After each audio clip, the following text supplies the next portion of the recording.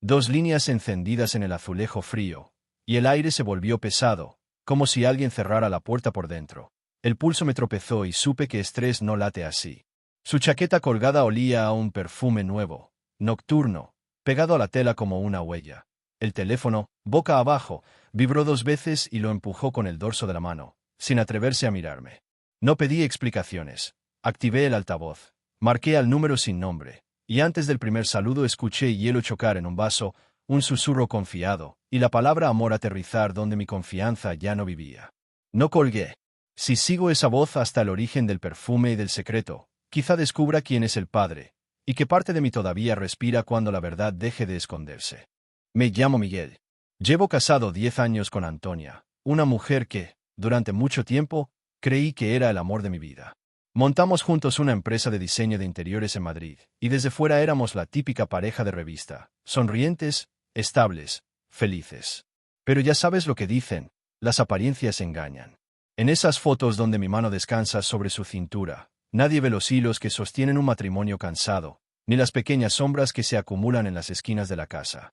Nuestra historia, que parecía una de esas historias de traición que solo pasan en los vídeos, se estaba escribiendo a fuego lento detrás de los jarrones que yo mismo elegí para el salón. Y yo, tonto de mí, confundí la rutina con amor imposible y el orden con paz. Desde hace unas semanas, Antonia estaba rara. Distante. Como ida. Se pasaba horas mirando el móvil, se encerraba en el baño con la excusa de que le dolía el estómago y cuando yo intentaba abrazarla por las noches, se giraba dándome la espalda. El colchón, antes un territorio de risa y pasión, se volvió una frontera helada donde mis manos ya no encontraban su piel. El deseo se me quedó en la garganta como un vaso de agua mal tragado. En la mesa, hablábamos de clientes, de presupuestos, del destino de un proyecto en Chamberí, pero las palabras eran cáscaras vacías, un guión de mentira que repetíamos para no admitir que la infidelidad ya nos miraba desde el marco de una foto. Estoy muy cansada, Miguel. Es el curro, no duermo bien. Me soltaba con una sonrisa forzada, una curvatura de labios que no le tocaba los ojos. Y yo, como un pringado, me lo tragaba. Le preparaba infusiones, le subía mantas al sofá, ponía música suave. Hacía lo que hace un hombre que quiere salvar su matrimonio sin ruido. Me decía que era estrés, que la temporada estaba pesada, que todo pasaría. Pero el cuerpo sabe cuando el amor se guarda un secreto. Y el mío empezó a dar señales. Un nudo fijo en el estómago, celos que no quería nombrar, un insomnio que me dejaba viendo como la luz de su pantalla dibujaba sombras en el techo. Ese reflejo azul era un faro al revés. En lugar de traerla de vuelta, la empujaba más lejos. Hasta que una noche, Olga, nuestra asistenta, que lleva con nosotros más de 7 años, casi familia, una mujer que conoce el ritmo de la casa como si fuera un metrónomo, me paró en la cocina mientras yo buscaba un café para despejarme. Había olor a limón y lejía, y el reloj hacía un tic-tac que me pareció cruel. Perdona que me meta, Miguel, pero algo pasa con Antonia. Le he escuchado llamadas raras, susurra por teléfono y se encierra mucho. No es normal. Me quedé blanco. ¿Por qué? En el fondo, yo ya lo sabía. Pero necesitaba que alguien más lo dijera en voz alta, como si ponerle nombre al engaño hiciera que dejara de ser una alucinación. El calor me subió a la cara. Tragué saliva. Asentí. Olga me apoyó la mano en el antebrazo con un gesto de perdón y respeto, como quien pide permiso para tocar una herida. Un par de días después, ocurrió algo que me heló la sangre. Llegué antes del trabajo y escuché a Antonia vomitando en el baño. El sonido seco, repetido, me partió. Al salir, me vio y puso cara de póker, el pelo húmedo, las manos aferradas al lavabo. Algo me ha sentado mal. No pasa nada, cariño, dijo, sin mirarme a los ojos. Pero esa misma noche, vi en la basura un test de embarazo. Positivo. Escondido como si fuera una vergüenza. Y no me había dicho ni pío. El mundo se inclinó un par de grados, lo suficiente para que las cosas empezaran a deslizarse. Un vaso casi cae. Una puerta no cierra bien. Un corazón tropieza. Me quedé mirándolo como quien mira un meteorito en una enciclopedia, sabiendo que ya impactó, pero incapaz de sentir la magnitud hasta que ve el cráter. No pude dormir. En la almohada quedaba un rastro de su perfume nuevo, más oscuro, nocturno, un deseo prohibido pegado a la tela. Pensé en nuestros primeros años, en las horas de montaje, en la ilusión de tener algo propio. Pensé en mi padre advirtiéndome que el trabajo no sostiene un hogar si no se riega con ternura. Pensé en todas las historias de traición que yo mismo juzgué alguna vez, creyendo que a mí no me tocarían, que el destino me debía una historia real sin sustos. ¡Qué ingenuidad! Y entonces pasó lo peor. Subía por las escaleras cuando escuché su voz hablando por teléfono.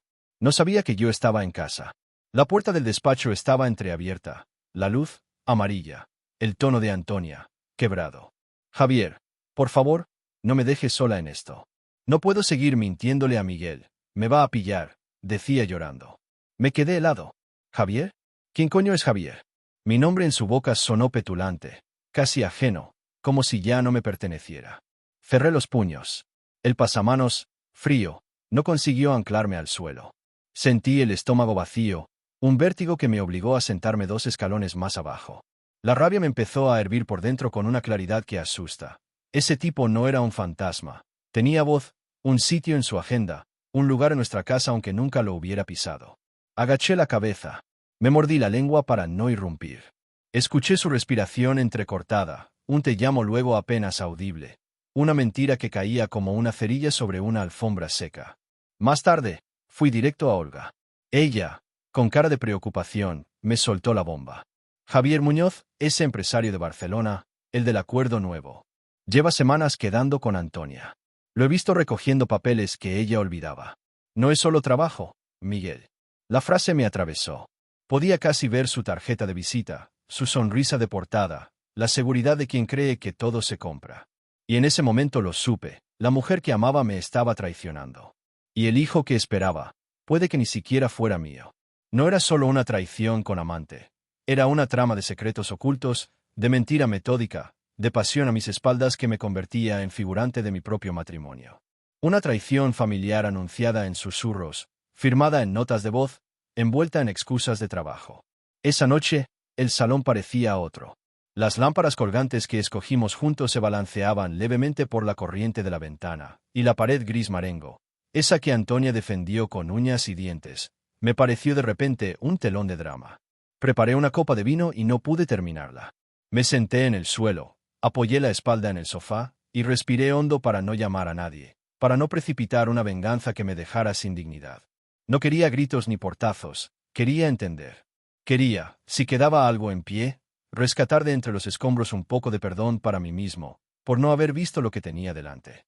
Me prometí que no actuaría con torpeza, que no haría del dolor un espectáculo, que caminaría entre las ruinas con cuidado, como se camina por una casa tras un terremoto, midiendo cada paso. Pero, mientras lo pensaba, sentí que todo lo que yo era dependía de una prueba que aún no tenía. ¿De quién era ese niño? Mi fe en nosotros ya estaba rota, mi fe en mí, pendiendo de un hilo. Y en esa cuerda floja, con los ojos abiertos en la oscuridad, supe que el amanecer me estaba esperando con preguntas que no sabía si quería oír. Porque cuando el silencio grita más que las palabras, lo único que queda es atreverse a escucharlo. La mañana siguiente amaneció con un cielo de yeso y un olor a pan tostado que no logró engañarme. Antonia bajó a la cocina con una bata de seda que casi nunca usaba, como si la suavidad pudiera borrar el hilo cortante de la noche anterior. La miré servir café y supe que ese gesto cotidiano escondía un mundo de secretos ocultos. Me duele la cabeza, dijo. Y yo, que todavía tenía en la garganta la palabra Javier como una espina, asentí sin reproches. Decidí que no iba a romper nada a gritos. Si el matrimonio se nos estaba deshilachando, quería ver cómo eran las fibras por dentro. Deberíamos pedir cita con el ginecólogo, le solté, midiendo cada sílaba, para comprobar que todo esté bien. Se quedó quieta, taza en mano, como si un foco la hubiese sorprendido en mitad de un escenario.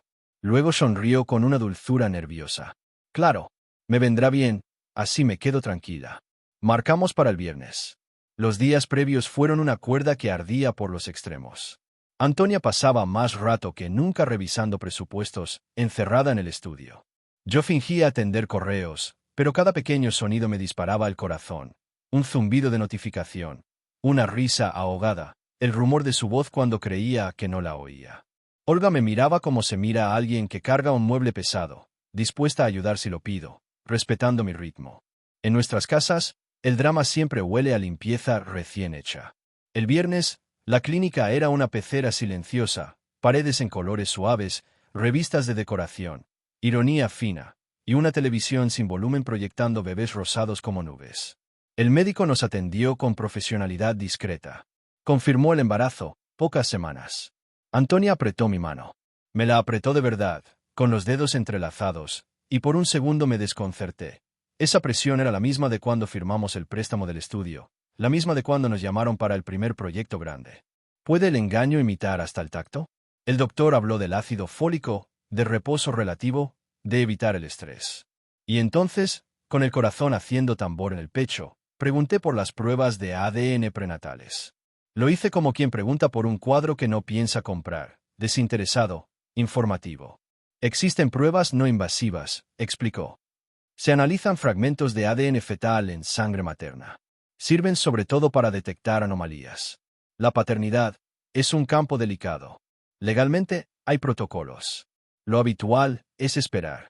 Antonia miró al suelo. Yo asentí, como si la biología fuese una niebla en la que ambos nos perdíamos. Salimos con un sobre de recomendaciones y una sonrisa de escaparate que nos quedó grande. De camino a casa, ella entrelazó mis dedos otra vez. Había ternura, sí, pero también culpa. Ese calor me quemó. Mientras conducía, supe que ya había tomado una decisión. Pediría la prueba genética completa usando el pretexto del cribado. No como venganza, sino como higiene emocional. Mi historia real merecía certezas, no suposiciones alimentadas por celos. La tarde trajo correos, un diseño para un piso minimalista en Argüelles y una visita rápida de un cliente satisfecho. Yo trabajé con precisión quirúrgica, por dentro era un naufragio. En el estudio, el flexo derramaba luz sobre una maqueta y el cúter dejó una línea perfecta en el cartón pluma. Pensé en la palabra engaño. ¿Cuántas veces yo mismo había ocultado presupuestos hinchados tras términos amables? ¿Cuántas veces creí que tapar una grieta con pintura bastaba? En el amor, las grietas crecen hacia adentro. Por la noche, Antonia se bañó con espuma. Su cuello, ese mapa donde yo aprendí a orientarme, tenía un brillo nuevo. Al colgar su bata, vi una pulsera que no le conocía, cuero trenzado, un dije mínimo con una inicial casi escondida. Ella se dio cuenta de mi mirada y la guardó en un cajón sin decir nada. Me pidió que le untara crema en la espalda. Lo hice con una delicadeza que me sorprendió a mí mismo, como si acariciara una pieza antigua que no me pertenece pero que aún cuido. Quise creer, por un segundo, que la infidelidad era una pesadilla que se evaporaría con el vapor del baño. Pero el olor no mentía. Era un perfume austero, masculino, adherido a los bordes de su toalla. El deseo prohibido deja marcas invisibles. Los días siguientes se volvieron litúrgicos. A primera hora, Olga y yo nos cruzábamos en la cocina. Ella cortaba frutas, yo dejaba el móvil boca abajo. ¿Todo bien?, preguntaba bajito. Sí, respondía yo, prestado de mi propia voz. Antonia salía a reuniones y volvía con bolsas de tiendas donde no había nada para mí. Una tarde, al revisar el calendario compartido del estudio, vi una cita marcada como J. Muñoz, revisión de contrato. El apellido pesó como un martillo. Habíamos hablado de un acuerdo con su empresa, sí, necesitábamos ese contrato. Pero ahora todo sonaba a coartada con membrete. Pedí la prueba prenatal. Llamé a otra clínica, en secreto. La voz de la administrativa sonaba a ascensor. Sin juicios, solo botones que te llevan. Me explicó pasos, plazos, legalidades, ese territorio donde las historias de traición se mezclan con papeles sellados. Hicimos la extracción al día siguiente, bajo el paraguas del cribado de rutina. Antonia apretó los labios, valiente a su manera. Yo miré cómo la sangre llenaba el tubo y pensé en genealogías, en herencias invisibles, en la línea muda que une a un padre con un hijo aún antes de nacer. Esa noche, el teléfono de Antonia vibró mientras ella se duchaba. No quería convertirme en detective, pero la tentación tiene dedos largos. Miré la pantalla, Javi Maletín. Ese emoticono de maletín me arrancó una mueca. Hay símbolos que encubren mejor que 1000 palabras. No abrí el chat. No quería contaminar la prueba con mi pecado. Guardé el móvil exactamente donde estaba. Cuando salió, con el pelo goteando y una toalla como frontera, me dio un beso en la frente. Me lo dio sin mirarme. Estoy agotada, dijo, y se quedó dormida del lado de la ventana, donde antes solía mirar la ciudad conmigo. A la mañana siguiente, recibí una llamada. La clínica ya tenía parte de los resultados del cribado. Lo demás, en breve. Pasé el día caminando con cuidado entre muebles, como si la casa fuese un museo donde todo se pudiera romper con un suspiro. Me acordé de mi madre diciendo que el perdón no es un regalo a quien te traiciona, sino una manta para que no te congeles. Pero el perdón sin verdad es un ritual vacío. No quería venganza. La venganza se parece demasiado a una segunda traición, esta vez perpetrada por uno mismo. Yo necesitaba, un borde limpio para tanta sombra. Por la tarde, Antonia me propuso cenar fuera. Me habló de reconectar, de volver a nuestro centro, palabras pulidas de revista de domingo. Acepté. Elegimos un restaurante pequeño, manteles blancos, velas mínimas. Cuando entramos, el maitre levantó una ceja. Detrás, en una mesa de dos, estaba Javier Muñoz. No nos vio al principio, reía con alguien por teléfono, su reloj lanzando destellos como si midiera otra clase de tiempo. Antonia lo vio y su mano se tensó en mi antebrazo. Dijo que prefería ir a otro sitio. Yo le dije que no, que ese nos venía bien. No era un duelo, era una prueba de fuego para mi propio pulso. Lo saludé con la cordialidad fría con que se toca el cristal de una ventana. Nos devolvió el saludo con una sonrisa calibrada. Su mirada y la mía se encontraron un instante, y en ese segundo entendí que él se sabía en el centro del drama. La gente con poder siempre cree que los guiones se escriben para ellos. Comimos poco. Hablamos de cortinas, de un proyecto en Pozuelo, del clima, de cualquier cosa que no fuera un embarazo con dudas. De regreso a casa, Antonia tiró las llaves a la consola y se quedó de espaldas. «No me mires así», susurró. Yo no la estaba mirando de ninguna manera. Estaba mirándome a mí, como si quisiera comprobar si seguía ahí. «Miguel», empezó, pero se tragó el resto. Aquella noche me encerré en el despacho. Abrí una carpeta nueva en el ordenador, plan de salvamento. No para salvar el matrimonio, eso ya no dependía solo de mí, sino para salvar mi dignidad, mi nombre propio, mi modo de estar en el mundo. Escribí 3 líneas. 1. Esperar resultados. 2. Evitar escenas. 3. Elegir palabras limpias para lo sucio. Al final, añadí una cuarta. 4. Si confirmo la traición, hablar con Javier, en alta voz. Que la verdad se escuche con la misma claridad con que fueron dichas las mentiras. Apagué la pantalla. Me quedé a oscuras, respirando la madera del escritorio, el pegamento de las maquetas, el polvo fino que se posa incluso sobre lo que creemos inmaculado. En ese silencio, entendí que hay engaños que no pretenden destruirte, quieren solo que te duermas. Pero yo, por fin, estaba despierto. Afuera, la ciudad parpadeaba. Adentro, el futuro aguardaba como una carta por abrir. Y yo, con el sobre en la mano, ya no temblaba. Porque el caos del pecho es menos feroz cuando el orden de las decisiones empieza a alinearse. Y el destino, a veces, nos mira y asiente. Dormí a medias, con el teléfono sobre la mesilla como si fuese un amuleto defectuoso. A las 8:12, la pantalla vibró, la clínica. El tono neutro de la doctora parecía tejido con algodón. Yo, en cambio, sentí una aguja helada en el esternón. Habló del cribado, de marcadores, de porcentajes sanos. Luego, la parte que me dejó sin aire. Podían, si lo deseábamos, avanzar con una comparativa de paternidad cuando tuviéramos la muestra adecuada. Bastaba un hisopo bucal mío. Cerré los ojos. Teníamos el camino. Lo colgué, y por primera vez desde que las sombras entraron en casa, experimenté algo parecido a la esperanza. No una melodía, sino un compás. El orden frente al caos. Antonia bajó tarde. Tenía ojeras nuevas y un brillo húmedo en los ojos que no supe leer del todo. Preparó una tostada que se quedó intacta. Yo serví café con manos de camarero, ágiles, profesionales, ajenas. La casa olía a pan, a cítrico, a ese perfume suyo que últimamente parecía ajeno.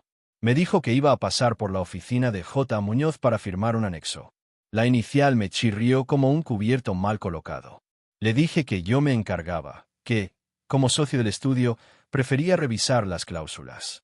Me miró como se mira un espejo empañado, sin querer reconocer lo que se intuye. «De acuerdo», respondió, casi inaudible. Pasé la mañana en el estudio organizando carpetas para no desorganizarme por dentro. Llamé a un mensajero para la prueba. El kit llegó a mediodía, discreto como una carta de amor devuelto. Tomé la muestra, firmé el papel, sellé el sobre. Nadie en la calle imaginaba que, dentro de ese paquete anodino, viajaba un trozo de mi destino. Al entregarlo, sentí que depositaba algo más que células. Puse allí mis celos, mis sospechas, mi necesidad de no convertir esta historia real en una leyenda personal que me amargara los años. Antonia no volvió para comer. Olga dejó una sopa y un trozo de pan en la mesa, y me preguntó si quería compañía. Le dije que no. No por orgullo, sino por pudor. Hay dolores que piden silencio, como ciertas heridas que cicatrizan mejor sin vendas. Sin embargo, le pedí un favor. Si Antonia llega antes que yo, dile que esta noche cenamos los tres. Quiero que haya testigos de mi buena fe. Olga entendió. Hay complicidades que no necesitan manual. A media tarde, revisé el contrato con la empresa de Javier. Había una cláusula reciente que abría la puerta a consultorías extraordinarias con cargo adicional. Horas, desplazamientos, dietas. La letra pequeña olía a coartada. Llamé a su oficina. Su secretaria fue amable, como suelen serlo quienes guardan secretos que no son suyos. Me pasó con él tras una espera que sonó a ascensor subiendo desde el sótano. Miguel, qué gusto, dijo con esa jovialidad calibrada de ejecutivo que cree haber inventado el mundo. El gusto es relativo, respondí. Necesito revisar contigo el anexo. Esta noche, en mi casa, hubo un silencio que me supo a metal. ¿En tu casa? Sí. Antonia también debe estar. Es asunto de contrato y de respeto. No negó. No aceptó. Se limitó a decir, a las 9. Escuché su respiración, medida, y colgué antes de que me ofreciera un restaurante con velas. Cerré los ojos. En mi cabeza, el salón se transformó en un teatro íntimo con cortinas espesas. No se trataba de montar una venganza. La venganza destruye el escenario y deja a todos sin función, sino de presentar, por fin, el texto verdadero, sin gritos, sin dramaturgia barata, sin insultar al eco. Llegué a casa con el ocaso en los hombros. Encendí una luz cálida. Organicé 3 sillas, 2 frente a mí, como en una mediación. Puse agua en la mesa, servilletas claras, un cuaderno. Olga, en silencio, dejó unas velas pequeñas, no para embellecer, sino para contar el tiempo con la cera. Antonia entró a las 8:20. Traía el pelo recogido y una camisa blanca demasiado nueva. Dijo hola y su voz tropezó con la alfombra. Le pedí que se sentara. Su mirada paseó por la habitación buscando un refugio y no lo encontró. ¿Qué es todo esto, Miguel? Respeto, dije. Y claridad. A las 9 en punto, sonó el timbre. Abrí la puerta. Javier Muñoz estaba impecable. Traje oscuro, sonrisa con brillo y ese reloj de hombre que colecciona minutos de otros. Extendió la mano. Se la tomé como se toma un sobre que no pediste. Entró y notó la tercera silla. Perdió medio milímetro de sonrisa. Se sentó. Saqué el contrato. Hablamos 3 minutos de cláusulas, fingiendo ser adultos que solo negocian horas y porcentajes. Cuando el teatro burocrático cumplió su cuota, cerré la carpeta. Ahora, lo importante, dije, con la voz más mansa que encontré. Antonia está embarazada. Me alegro por ella. Quiero saber si me toca alegrarme a mí. La frase llegó a la mesa como un vaso que no se derrama, pero todos vimos la vibración. Antonia apretó los labios. Javier apoyó las manos y luego las retiró, como si la madera quemara. Miguel, empezó Antonia, no es el momento. Es exactamente el momento, la interrumpí con cuidado. Hoy llegó el kit del cribado. He enviado mi muestra. Y he decidido que, si tú, Javier, te consideras partícipe de esta historia de traición, deseo e infidelidad, escucharás lo mismo que yo. La verdad sin filtros. Aquí no hay secretos familiares que resistan la luz. Javier exhaló por la nariz, un gesto pequeño de soberbia cansada. Dijo que aquello no era profesional. Le respondí que lo profesional lo acabábamos de resolver. Ahora tocaba lo humano. Saqué mi teléfono, lo puse en la mesa, altavoz activado. Marqué el número de la clínica. Pedí que quedara constancia de que, en cuanto el laboratorio tuviera el cruce, yo autorizaba que se comunicara en esa misma llamada, porque no quería más secretos ocultos disfrazados de prudencia. Me confirmaron que necesitarían unos días. Colgué. El altavoz devolvió a la sala un silencio muy nítido. No estás obligado a nada, le dije a Javier, salvo a tener el coraje de no esconderte detrás de un anexo. Antonia rompió a llorar. Su llanto no era estridente, era una grieta que por fin admite que existe. Dijo que no quiso herirme, que todo empezó con una consultoría de madrugada cuando yo volvía tarde del estudio, que el deseo prohibido la sorprendió como un incendio. Habló de pasión, de soledad, de esa mentira que crece cuando nadie la nombra. Y yo la escuché. La escuché desde mi silla, con el corazón hecho un papel de calco donde se superponen trazos viejos y nuevos. Me descubrí repitiendo en silencio. No más venganza, no más ruido, no más orgullo por encima de la verdad. Si el niño es mío, dije, seré padre con la frente alta. Si no lo es, no voy a convertirme en el villano de este drama. No voy a desearos el mal ni a dinamitarlo todo. Pero no pienso vivir en un matrimonio donde el amor imposible se ensaya cada tarde en un despacho prestado. No habrá perdón sin verdad. Y la verdad, Javier, también te incluye a ti. Él me sostuvo la mirada. Noté que mi serenidad lo desconcertaba más que cualquier grito. Los hombres que se creen imprescindibles suelen entrenarse contra la furia, no contra la calma. Murmuró que las cosas se habían ido de las manos. Que sentía de veras si había provocado dolor. Palabras curadas por abogados. Quise odiarlo. En su lugar, me odié un poco a mí por haber dejado que mi casa se convirtiera en sala de espera de una mentira. Olga apareció con 3 vasos de agua. Me puso uno cerca, como si me recordara beber. Desde la puerta, dijo una frase que aún me abriga. El respeto no hace ruido, pero se nota. Se fue. Yo respiré. Miré a Antonia. Le dije que esa noche dormiría en el cuarto de huéspedes. No por castigo, por higiene del alma. Le pedí que, durante los próximos días, no hablara con Javier a solas. No le prohibí nada. La prohibición es un disfraz de control. Le pedí un gesto de humanidad mientras la verdad se abría camino. ¿Y tú? Te pregunto ahora, mirándote a los ojos desde este lado de la pantalla. ¿Perdonarías una traición así por adelantado, confiando en que el resultado te devuelva la paz? ¿O te irías sin mirar atrás, antes de que el daño tenga nombre? Yo, que me creía fuerte, estoy descubriendo que la fortaleza no siempre es marcharse. A veces es quedarse lo justo para entender. Dímelo de verdad. ¿Qué harías tú con un corazón que aún late, pero sangra? Esa noche, en el cuarto de huéspedes, el colchón me habló en un idioma antiguo, el de los hombres que han perdido algo y sin embargo, todavía tienen que levantarse temprano. Toqué la pared fría, pensé en mi padre. Hijo, en las historias de traición, el que gana es el que se reconoce. Y en mi madre, que aún me enseñaba el perdón como una manta, no como una absolución barata. Me quedé dormido viendo el contorno de la puerta. No soñé. No había espacio para ficciones. Al amanecer, supe que vendrían días difíciles, probablemente más silencios, quizás arrepentimiento. También supe que, por primera vez en mucho tiempo, yo estaba de pie. No por orgullo, por dignidad. Y con la certeza de que, cuando suene ese teléfono en altavoz, mi voz no temblará. Porque lo que se nombra, existe. Y lo que existe, por fin, se puede sanar. El día siguiente tuvo el color de las cosas inevitables. A las 11:37, el teléfono vibró sobre la mesa del comedor como un insecto atrapado. Contesté en altavoz, con Antonia sentada frente a mí. Olga, silenciosa, se quedó en la cocina como un faro apagado que igual acompaña. La doctora habló con ese tono que no promete milagros ni hunde barcos. El cribado venía bien. El embarazo avanzaba sin señales de alarma. Luego, la frase que reordenó el aire, la comparativa de paternidad con la muestra que envió, es no compatible. Hubo un clic interno, un chasquido pequeño, como cuando una puerta por fin encaja. No grité. No lloré. Solo cerré los ojos y sentí que el pecho, por un instante, quedaba hueco, listo para ser llenado de otra cosa que no fuera engaño. Antonia bajó la mirada hasta convertirla en piedra. La oí respirar con la culpa ocupándole los hombros.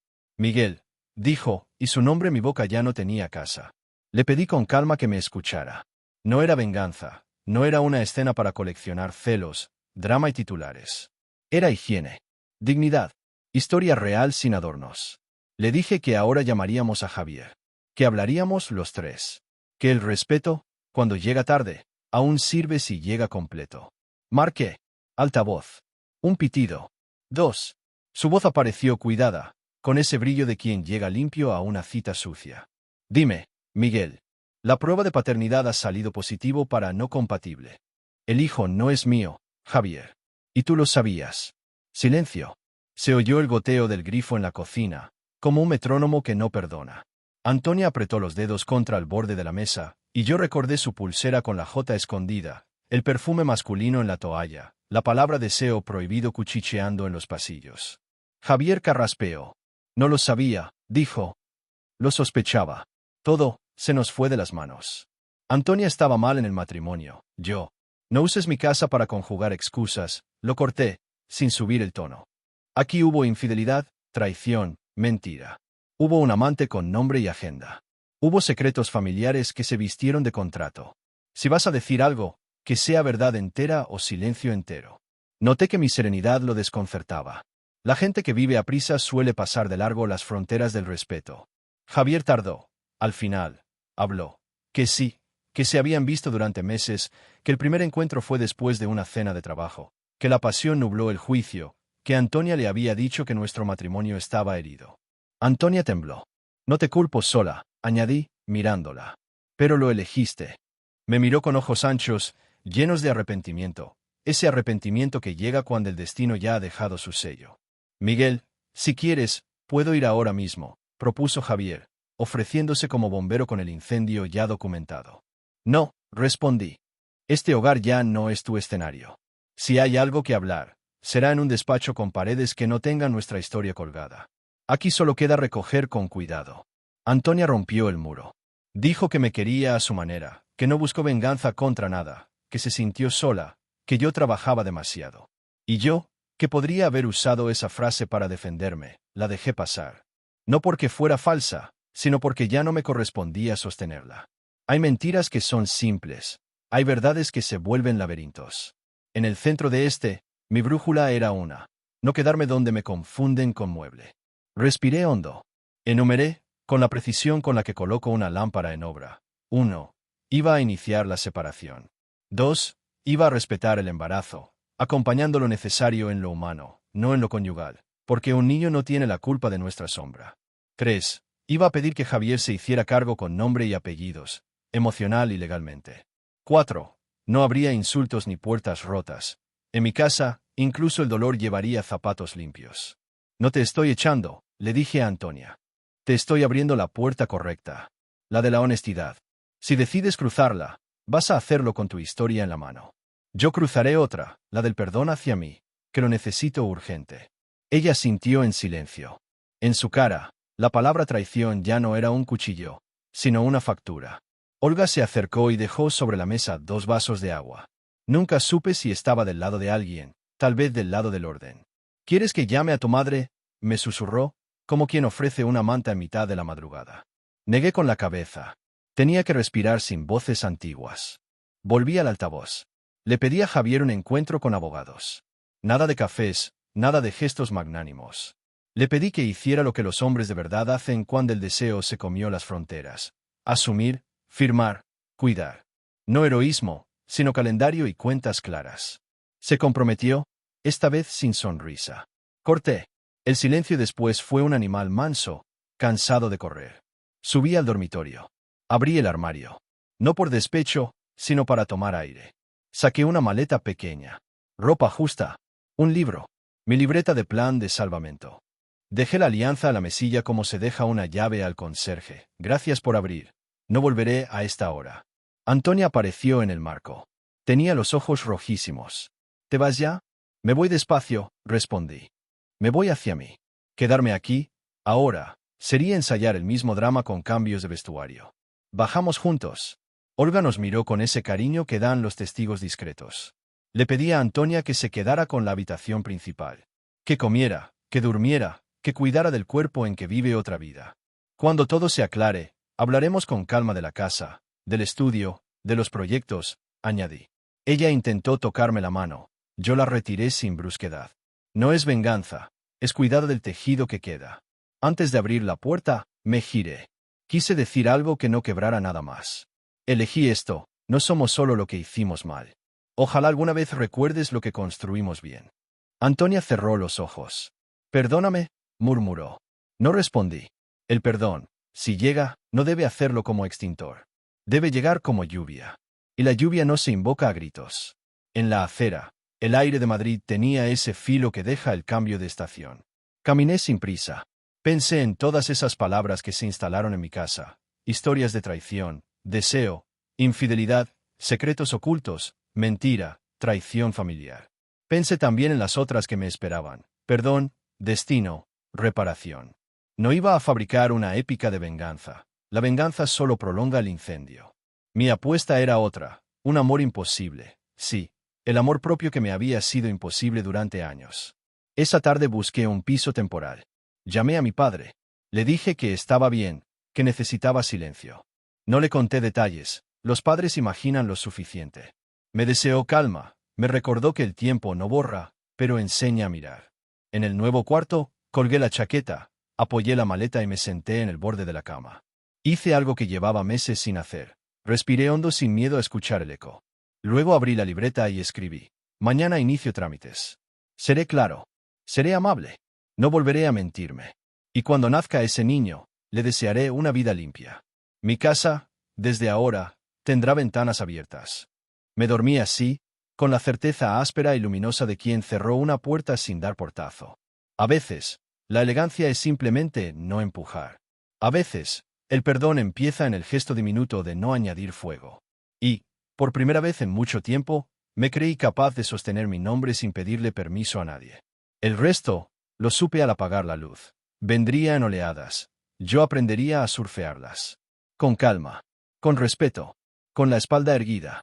La mañana siguiente fui al despacho de notario con una carpeta fina y un corazón más ligero que en meses. El abogado habló de plazos, de capitulaciones, de cómo disolver con respeto aquello que comenzó con promesas. Yo asentí y firmé donde correspondía, sin prisa, como quien restaura una pieza antigua y se compromete a no arañarla más. No hubo venganza. La venganza es un espejo que devuelve la peor versión de uno. Hubo claridad. Hubo ese tipo de amor imposible que por fin entendí. El amor propio, exigente y silencioso, ese que había postergado mientras el drama nos perforaba la casa. Javier acudió a la reunión con el rictus prudente de los hombres que han descubierto que no son invencibles. Aceptó la paternidad en papel y se comprometió a lo que tocaba: registrar, acompañar, sostener. Lo escuché sin teatralidad. Antonia, mi esposa aún sobre el papel y ya no sobre el alma, tenía las manos juntas como quien reza sin templos. No la crucifiqué con palabras. El arrepentimiento ya le hacía sombra en la mirada. Lo único que pedí fue sencillo y radical. Desde ahora, honestidad sin adornos. Nada de secretos ocultos disfrazados de prudencia. Este es el último día en que mi nombre aparece en una mentira que no escribí. Esa tarde regresé al estudio por primera vez sin la sensación de invadir una escena del crimen. Los rollos de planos, la mesa de corte, las maderas ordenadas, volvieron a ser promesas. Organicé el calendario con una disciplina que rozaba la ternura. Llamé a clientes, reabrí proyectos que dejamos a medias, y me sorprendí diciendo nosotros para referirme al equipo, no al matrimonio. Olga pasó por allí con un tupper y una sonrisa íntima. «Te queda bien esto de caminar erguido», dijo, sin subrayados. Pensé en cuántas historias de traición había escuchado ella en sus años de trabajo. En cuántos hogares el deseo prohibido había echado raíces donde no debía.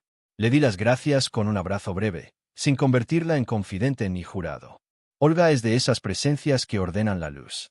Dormía ya sin sobresaltos. Y sin embargo, en algunas noches, aparecía el eco de un «¿y sí?». Lo dejaba pasar como se deja pasar un tren que no tomas. Había celos remotos, sí, pero domesticados. A veces, al doblar una esquina, un perfume me llevaba al baño empañado, a la toalla ajena. Algunas madrugadas mi mano buscaba la certeza de otro cuerpo en la cama y encontraba, por fin, la certeza de mi propio cuerpo. La infidelidad deja huellas, pero no son destino. El destino, lo entendí, es lo que eliges con lo que te hicieron. El día que Antonia me llamó desde la clínica, no temblé. Dijo que todo iba bien, que los médicos estaban tranquilos, que el niño, ya podía decirse con nombre propio, venía fuerte. Me preguntó si quería estar en el parto como amigo. Le respondí con cuidado: no seré figurante en la escena donde tú y Javier sois protagonistas. Pero cuando el niño nazca, si necesitas que lleve una sopa o que cuide de la casa, llamo a Olga. Si necesitas silencio, te envío silencio. Ella lloró un poco. Me agradeció la elegancia. Y yo me descubrí agradeciendo, por dentro, que no me pidiera volver a ser quien ya no podía ser. Los trámites avanzaron sin sobresaltos. Nos sentamos con el equipo del estudio para explicar que la separación no significaba guerra, que el engaño había sido un capítulo privado y que el negocio seguiría su curso con responsabilidades claras. Nadie preguntó de más. El respeto, otra vez, hizo su trabajo silencioso. Hubo un proyecto grande para una biblioteca de barrio y otro para una cafetería pequeña con vitrinas que daban al sol. Al elegir las lámparas de ese local, sentí una punzada dulce, la misma emoción de los principios, despojada de ingenuidad. La pasión por mi oficio había sobrevivido al incendio. Semanas después, Antonia me escribió que quería devolverme algunas cosas: fotos, cartas, libretas. Acordamos vernos en una cafetería neutral. La encontré con un vestido sencillo, sin maquillaje, la mirada limpia de adornos. Hablamos como dos personas que se reconocen en el esfuerzo de no dañarse. Ella pidió perdón sin retórica. Yo lo recibí sin pirotecnia. No lo hice para herirte, dijo. Lo sé, respondí. Pero me heriste igual. Y sin embargo, aquí estamos, enteros de otra manera. Le conté que estaba durmiendo mejor, que mi madre me había mandado una receta de caldo para los días de alma flaca, que mi padre me había repetido aquello del respeto, no hacer ruido, pero se nota. Sonrió. Me extendió una bolsita con la pulsera de cuero y la jota. Esto nunca fue mío, murmuró. La dejé sobre la mesa, junto al azucarero. Alguien la olvidaría y no sabría de qué historia venía. Me pareció adecuado. Hay objetos que solo viven para recordar y otros que se ganan el derecho al olvido. La noticia del nacimiento llegó una madrugada en que la lluvia golpeaba el toldo de mi ventana. Ha nacido. Está bien, escribió Antonia. Yo miré el techo y sentí una mezcla rara de ternura y despedida. No respondí de inmediato. Me levanté, preparé café, puse orden a mis pensamientos como se ordenan los cubiertos, uno junto al otro, cada cual en su sitio. Luego escribí, que crezca amado, que nunca tenga que cargar con nuestras sombras. Felicidades. No había ironía. Había una paz pequeña, indiscutible, como la de un semáforo que te deja cruzar después de horas de espera. A los pocos días, Javier me envió un mensaje formal para agradecer la madurez. Lo leí una vez. No le respondí. No por soberbia, por higiene. En las historias de traición y traición familiar, el cierre también es un diseño. Debes decidir qué puertas dejas abiertas para el porvenir y cuáles ellas para que no se cuele el frío. La puerta entre Antonia y yo quedó entornada. Por ahí entraría, si era necesario, un saludo en Navidad, una coordinación amable en el estudio, una pregunta sobre la salud. La puerta hacia el pasado quedó cerrada, sin muebles contra ella. No necesito vigilar lo que acepte dejar ir. Un domingo me atreví a invitar amigos a casa. Cociné lento. Puse música. Reímos. Nadie me miró con pena, no lo permití. Les conté, sin detalles morbosos, que el matrimonio se había terminado, que el engaño había sido un sacudón, que yo había elegido el perdón como abrigo largo para no morirme de frío. Uno de ellos bromeó con que ahora volvería el deseo como un caballo loco. Reí. El deseo ya no me asustaba. Lo miraba como se mira el fuego, con respeto, con distancia segura. Aprendí a no prometer para calmar mis miedos ni a ilusionar a alguien para tapar mis huecos. Lo íntimo, si no es honesto, es propaganda. A veces la ciudad me regala escenas que antes no veía. Dos ancianos cruzando de la mano, un padre enseñando a su hija a amarrarse los cordones, una pareja joven que discute bajito y se reconcilia con una caricia. Me descubro deseándoles suerte, no perfección. Lo perfecto estuvo a punto de matarme. Ahora me basta con lo verdadero, incluso cuando llega con aristas.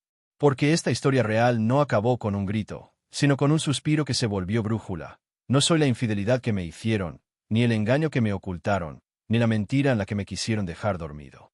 Soy lo que elijo con eso. Y elegí respeto, elegí calma, elegí seguir. Antonia y yo firmamos la separación en un día sin épica. Apoyé la pluma, escuché el rasgueo sobrio del papel, y al salir, inhalé hondo. La vida, pensé, también se construye con esos sonidos mínimos. Un portazo que no das, un adiós bien dicho, una promesa que te haces a ti mismo y cumples a diario. Caminé de vuelta al estudio con paso simple. Encendí las luces. Abrí las ventanas. Sobre la mesa, la libreta de plan de salvamento me esperaba con páginas nuevas. Escribí, no más secretos familiares. No más ilusiones de cartón. No más enamorarme de mi propia herida. Que el destino me encuentre trabajando, riendo, durmiendo bien, diciendo que no cuando toque. Que la pasión, ahora, sea construir sin dañarme. Cerré la libreta. Me sonreí. Afuera, el cielo dejaba una franja de azul después de la lluvia. No hubo música triunfal. Hubo algo mejor, la imponente normalidad de estar en paz. Y si alguna vez esta historia te acompaña en un insomnio, recuerda lo que aprendí de Olga. El respeto no hace ruido, pero se nota. Yo, por fin, aprendí a notarlo en mí. Si esta historia te tocó el corazón o te hizo recordar algo que viviste, cuéntamelo aquí abajo. ¿Tú también pasaste por una traición así? ¿O crees que lo habría perdonado? Y ya que estás aquí, dime algo más. ¿De qué ciudad o país nos estás viendo? Me encantará leerte y saber desde dónde nos acompañas. Suscríbete al canal y activa la campanita para no perder ninguna de estas historias que tantas veces se viven y pocas veces se cuentan. Y no te vayas todavía, porque en la pantalla ya te aparece la próxima historia. Haz clic y déjate atrapar por el próximo secreto que podría estar ocurriendo mucho más cerca de lo que imaginas.